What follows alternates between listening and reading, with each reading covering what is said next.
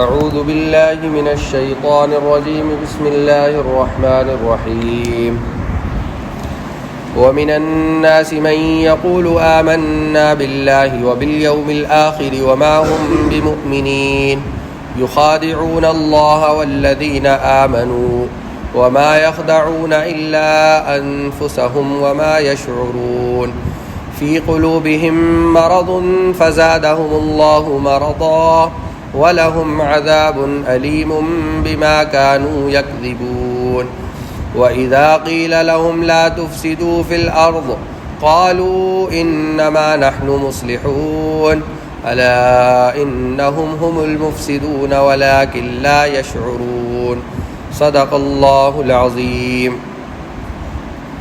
آپ کو بتایا گیا تھا کہ سورہ بقرہ کی شروع کی جو 20 آیات ہیں اس میں سب سے پہلے تو اللہ تبارک و تعالیٰ نے اس کتاب کے شک شبے سے دور ہونے کا ذکر کیا ہے کہ یہ کتاب شک اور شبے سے خالی ہے، اس میں شک اور شبے کی گنجائش نہیں۔ پھر باقی جو 20 آیات ہیں اس میں سے 2 گروہوں کا تذکرہ کیا ہے۔ ایک گروہ تو وہ جو اس کتاب کو یقینی طور پر یہ مانتے ہیں کہ ہاں اس میں شک اور شبے کی گنجائش ہے۔ دوسرا گروہ وہ اس کا ذکر کیا ہے جو اس کتاب کا انکار کرتے ہیں، اللہ کا انکار کرتے ہیں اور رسول کا انکار کرتے ہیں، ساری چیزوں کا انکار کرتے ہیں۔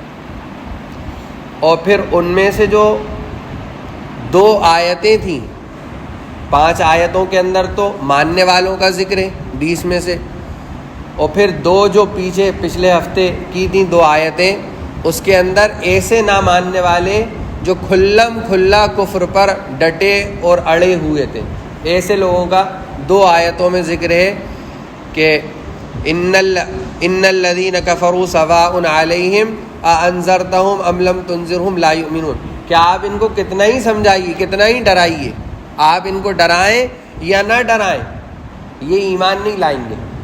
ختم اللہ علی قلوبہم، اللہ نے ان کے دلوں کے اوپر مہر لگا دی، وعلی سمعہم، ان کے کانوں کے اوپر مہر لگا دی، وعلی ابصارہم غشاوۃ، اور ان کی آنکھوں پر، ان کی نگاہوں پر پردہ ڈال دیا، ولہم عذاب عظیم، اور ان کے لیے ایک بڑا عذاب ہے۔ یہ وہ لوگ ہیں جو کھلم کھلا انکار کرتے تھے۔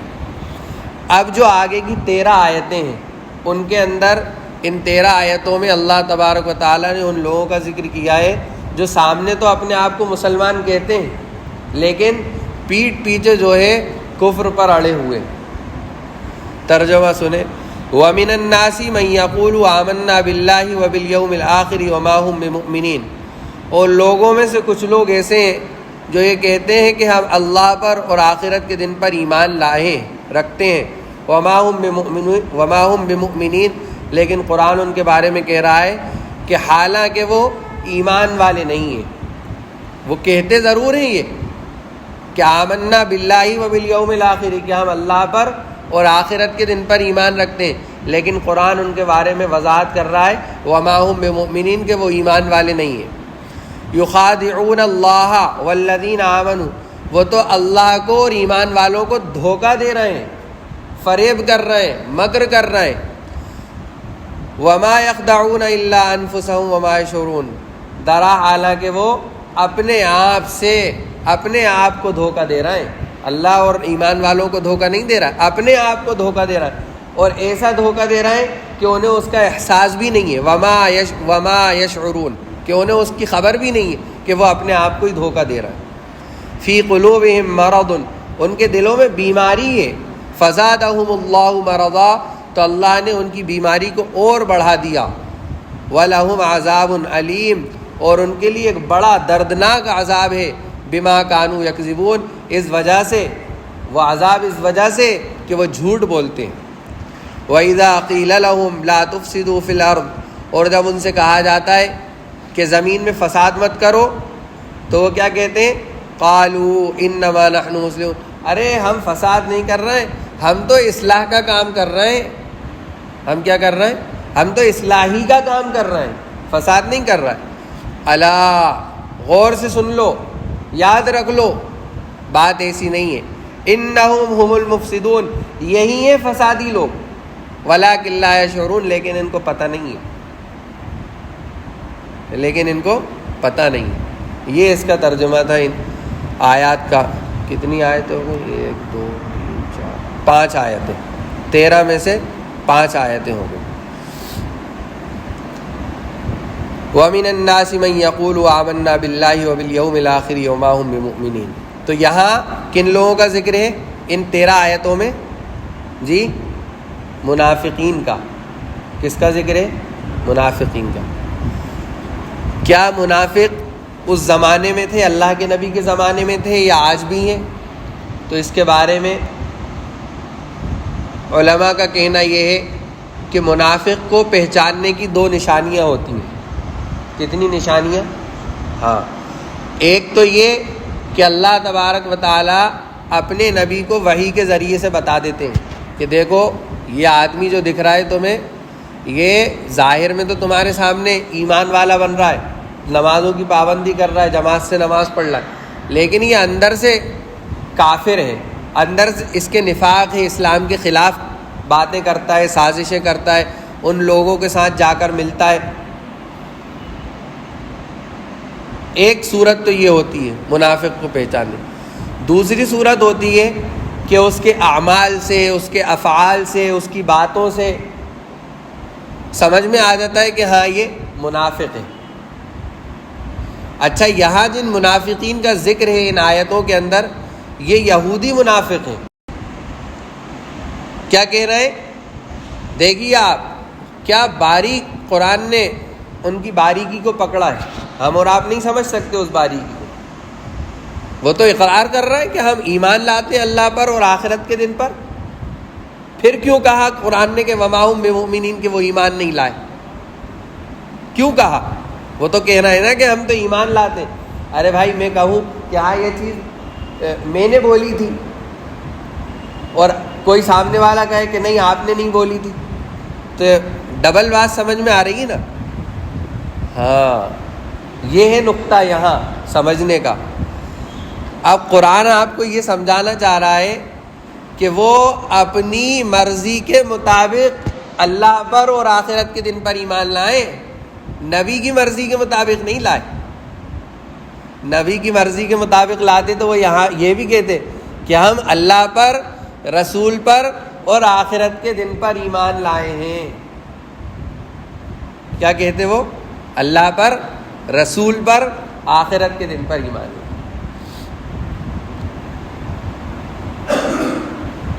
وہ آخرت کے دن پر ایمان رکھتے تھے، لیکن ان کا عقیدہ کیا تھا آخرت کے دن پر؟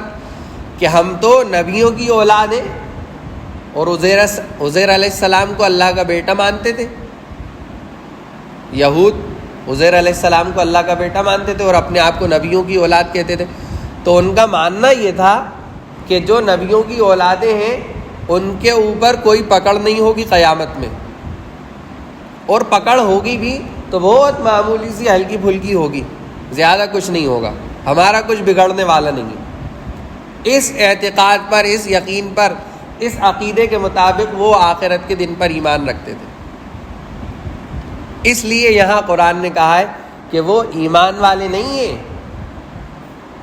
آئی بات سمجھ میں؟ وہ ایمان والے نہیں ہیں۔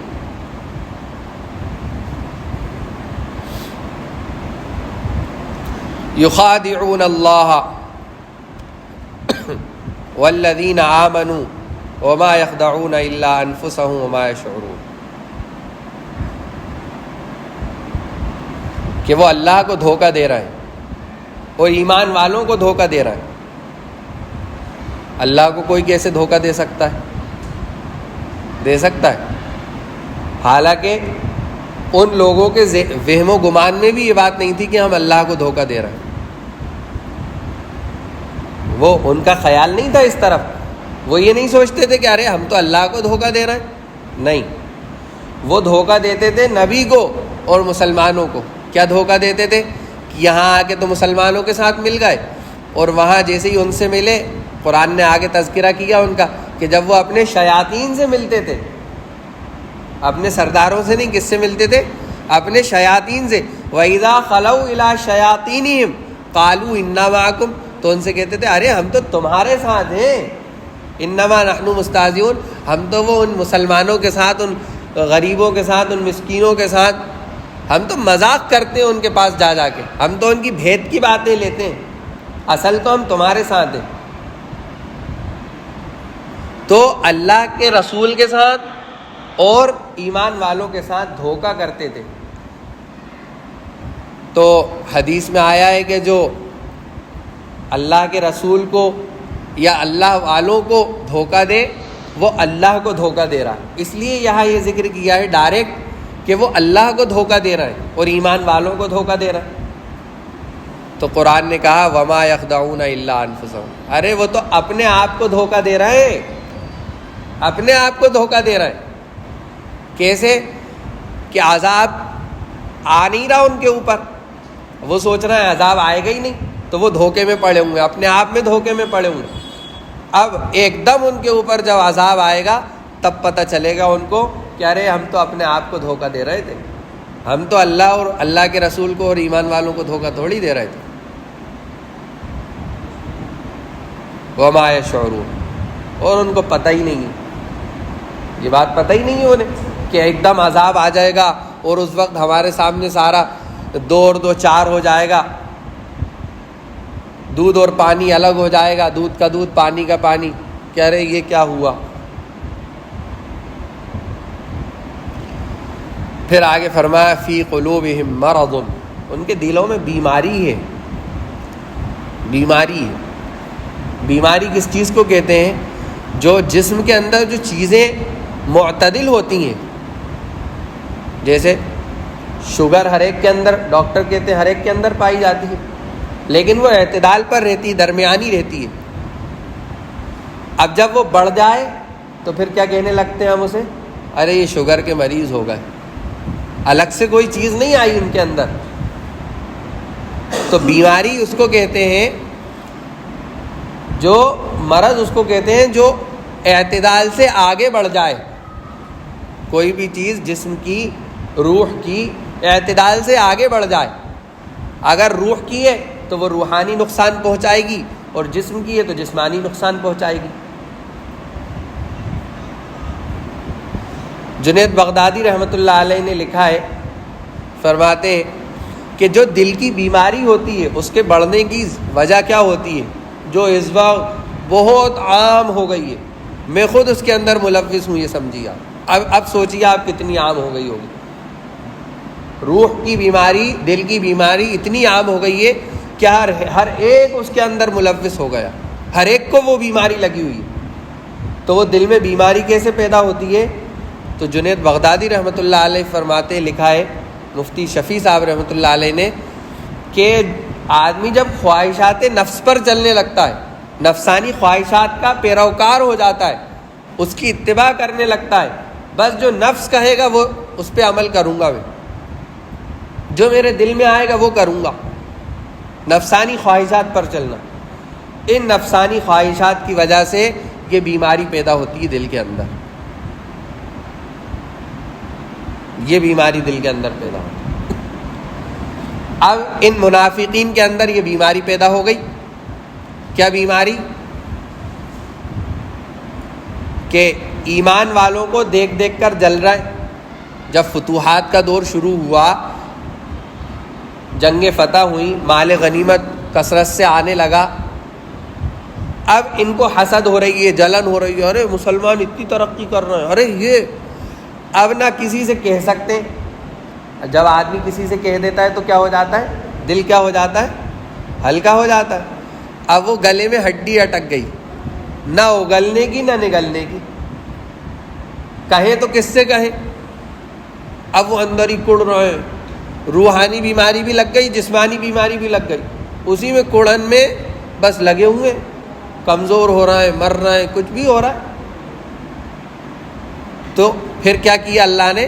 فزادہم اللہ مرضا، مسلمانوں کو چونکہ ترقی دینا ہے اللہ تعالیٰ، قیامت تک ترقیوں سے نوازتے رہیں گے، بس بیچ میں امتحانات کی گھڑیاں آتی ہیں، جیسے اس وقت ہمارا امتحان چل رہا ہے، بہت کٹھن امتحان چل رہا ہے، اور یہ فائنل امتحان ہے، جس کو کہتے ہیں نا لاسٹ ایئر، فائنل ایئر، یہ وہ ہے، اس میں جانچا جا رہا ہے کہ کون مضبوطی کے ساتھ ایمان پر جمع رہے گا اور کون پھسڈی ہے، فیل ہو جائے گا۔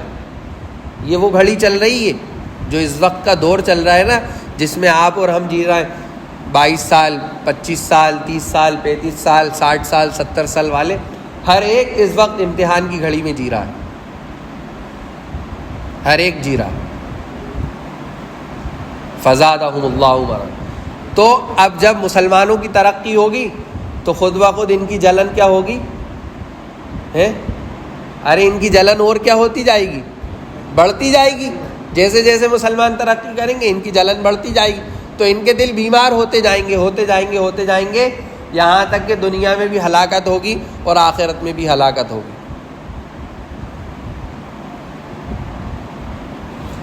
وَلَهُمْ عَذَابٌ عَلِيمٌ، اور ان کے لیے دردناک عذاب ہے، بِمَا كَانُوا يَكْذِبُونَ، کیوں؟ کیونکہ وہ جھوٹ بولتے ہیں، جھوٹ بول رہے ہیں۔ وَإِذَا قِيلَ لَهُمْ لَا تُفْسِدُوا فِي الْأَرْضِ، اور جب ان سے کہا جاتا ہے کہ زمین میں فساد مت کرو،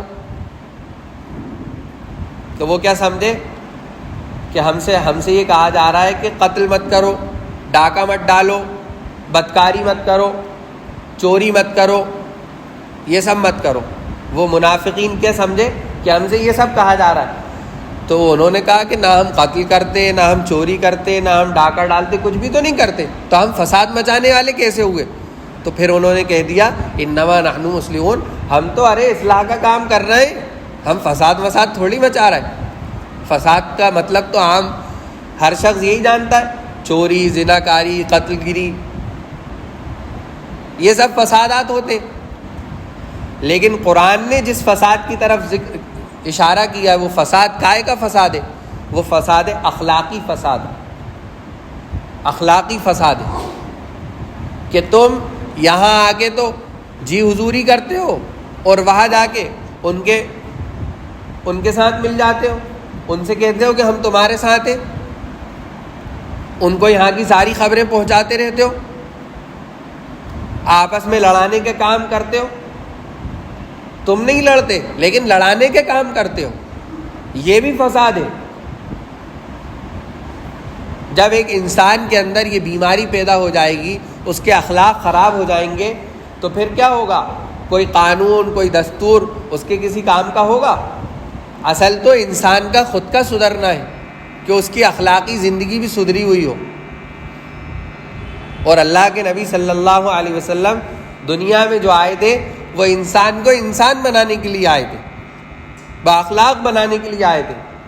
حضرت عائشہ رضی اللہ عنہا سے پوچھا گیا، سئلت عائشہ رضی اللہ عنہا کیف کان خلق النبی صلی اللہ علیہ وسلم، کہ اللہ کے نبی کے اخلاق کیا تھے؟ تو حضرت عائشہ رضی اللہ عنہا نے فرمایا کان خلقہ القرآن، کیا تم نے قرآن نہیں پڑھا؟ جو قرآن ہے وہ اللہ کے نبی کے اخلاق ہیں، کہ اخلاق ہمارے اچھے ہوں، کردار ہمارا اچھا ہو۔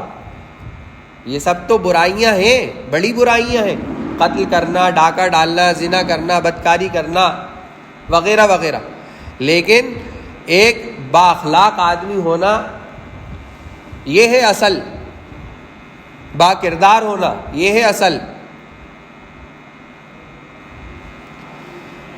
پھر آگے فرمایا الا، غور سے سنو، انہم هم المفسدون ولکن لا یشعرون، غور سے سنو کیا بات، کہ یہی ہے فسادی۔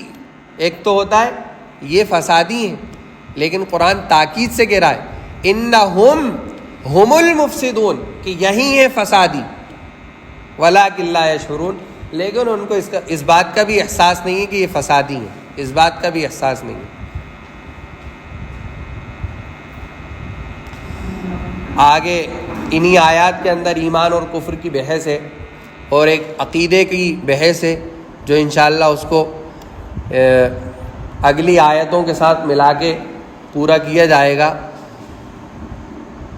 اللہ تبارک و تعالی ان آیات کی روشنی میں جو ہدایات ہم کو دی گئی ہیں اور جو باتیں بتائی گئی ہیں، خاص طور پر دل کی بیماری کو دور کریں۔ ایک تو ہوتی ہے جسمانی بیماری، تو آدمی بہت فکر مند ہو جاتا ہے اس کے لیے، ارے یار ایسا نہیں یہ بیماری بڑھ جائے، شوگر کا مریض اگر اس کو زخم لگ جائے تو کتنا پریشان رہتا ہے کہ پتہ نہیں کیسے ٹھیک ہوگا، کیونکہ سنا ہے ایسا کہ ان کی زخم جو ہے دیر سے ٹھیک ہوتا ہے۔ اللہ تعالیٰ سب کو بہت شفا دے، جن کو بیماری ہے اس طرح کی ان کو بہت شفا دے۔ لیکن ایک دل کی بیماری ہوتی ہے، روح بیمار ہو جاتی ہے، گناہ کرتے کرتے روح بیمار ہو جاتی ہے۔ اس روح کی بیماری کا بھی علاج ہمیں کروانا چاہیے کسی اللہ والے کے پاس جا کر، اپنا ہاتھ کسی اللہ والے کے ہاتھ میں دے کر۔ مولانا حضرت شیخ زکریا رحمۃ اللہ علیہ ان کے داماد ہیں، جن کے نواسے آتے ہیں اپنے یہاں، مولانا عاقل صاحب، ان کے جو ابا ہیں حضرت مولانا شیخ الحدیث ہیں وہاں کے، مولانا عقیل صاحب، مولانا عاقل صاحب دامت برکاتہ۔ تو ان کے بارے میں یہ بتایا، ہم گئے ان سے ملاقات کے لیے، تو ان کے بیٹے جو سب سے بڑے والے تھے انہوں نے بتایا، کہنے لگے ابا کے پاس ایک مرتبہ فون آیا بنگلور سے، کہا کہ حضرت میں فلاں بزرگ سے بیعت تھا، میں نے اپنا ہاتھ ان کے ہاتھ میں دے رکھا تھا، اور ابھی آدھا گھنٹہ پہلے ان کا انتقال ہو گیا، اور میں چاہتا ہوں کہ فوراً آپ کے پاس آ کے اپنا ہاتھ آپ کے ہاتھ میں دے دوں تاکہ میں شیطان کے وسوسوں سے بھی محفوظ رہ سکوں۔ میں نہیں چاہتا 1 منٹ کے لیے بھی کہ کسی اللہ والے کے بغیر میں اپنی زندگی گزاروں، کیونکہ شیطان کب کس کو اچک لے۔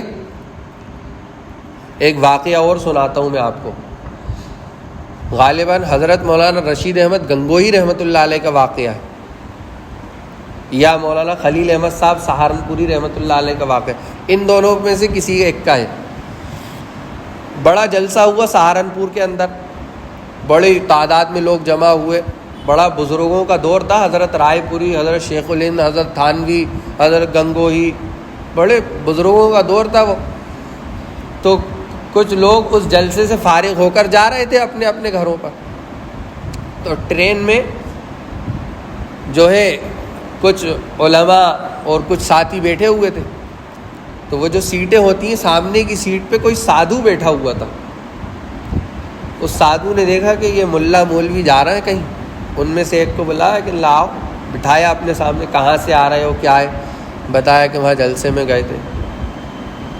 اب اس نے کیا کیا، اس سادھو نے دل سے، اپنے دل سے ان کے دل پر جادو کیا، جس کو مسمرزم کہتے ہیں۔ ایک جادو کی ایک شکل ہوتی ہے مسمرزم، جو صرف بس ایک دل سے دل کی طرف ہوتا ہے وہ جادو، اس میں کوئی وہ نہیں ہوتا۔ تو وہ جو مولوی صاحب تھے وہ پسینے میں شرابور ہو گئے، وہ پسینہ تھر تھر کانپنے لگے۔ اچانک ایک دم جو حضرت سہارنپوری یا حضرت گنگوہی جن کا میں واقعہ بتانا چاہوں، ایک دم ان کی شکل سامنے آئی اور ایک دم ان کی آنکھیں کھلی، بھیرا گئے۔ تو وہ سادھو بھی گھبرا گیا۔ اس سادھو نے کہا کہ بڑی پہنچی ہوئی ہستی سے ہاتھ دیا ہے تم نے، ورنہ آج تمہارا کام لگ چکا تھا۔ بڑی پہنچی ہوئی ہستی کے ہاتھ میں تم نے اپنا ہاتھ دیا، ورنہ آج تمہارا کام لگ چکا ہوتا۔ تو اللہ والے کے ہاتھ میں ہاتھ دینا بہت مفید ہے، بہت مفید ہے۔ بڑے بڑے خطرات سے اللہ تعالیٰ حفاظت فرما لیتے ہیں۔ کتنے سارے اپنے یہاں بزرگ ہیں، قریب میں ہی ودیشا کے پاس سیو ایک جگہ ہے، بڑے حضرت ہردوئی شاہ ابرار الحق صاحب ہردوئی رحمۃ اللہ علیہ، جو حضرت تھانوی کے خلیفہ تھے، ان کے خلیفہ ہیں مفتی عبدالرشید صاحب۔ ایک مرتبہ یہاں آ چکے ہیں، عشاء میں بیان ہوا تھا ان کا 1 گھنٹے کا۔ بڑے اللہ والے، بڑے سادہ، بہت بڑے اللہ والے شخصیت۔ اس کے علاوہ ایم پی سے باہر آپ چلے جائیں، خالد کیا نام ہے، کاتب صلاح الدین سیفی صاحب ہیں، حضرت مولانا سجاد نعمانی صاحب ہیں، پیر ذوالفقار صاحب کے ڈھیروں خلیفہ ہیں ہندوستان کے اندر۔ کسی نہ کسی سے رابطہ ضرور کریں، اپنی بیماریاں، دل کی بیماریاں بتائیں، نماز میں دل نہیں لگ رہا، ذکر میں دل نہیں لگ رہا، گناہ کرنے کو دل چاہ رہا ہے، ہر ایک چیز بتائیں۔ جس طرح اللہ کے نبی کے پاس آ کے صحابہ بتایا کرتے تھے نا، ایک صحابی کا واقعہ سنا ہوگا آپ نے، ایک صحابی آیا اور کہا کہ اللہ کے نبی زنا کرنے کا دل چاہ رہا ہے۔ اصلاح کی گئی پھر وہاں۔ تو اپنی اصلاح بتانے سے ہوگی، جس طرح اپن جا کے بتاتے ہیں نا ڈاکٹر کو، سر میں درد ہے، کل رات سے کچھ کھایا نہیں گیا، اور یہ ہے اور یہ ہے اور یہ۔ بس یہ درخواست تھی آپ سے، بات لمبی ہو گئی، اللہ تعالی ہم سب کو عمل کی توفیق عطا فرمائے۔ سبحان اللہ و بحمدہ، سبحانک اللہم و بحمدک، نشہد ان لا الہ الا انت، نستغفرک و نتوب الیک۔ سبحان ربک رب العزۃ عما یصفون وسلام علی المرسلین والحمد للہ۔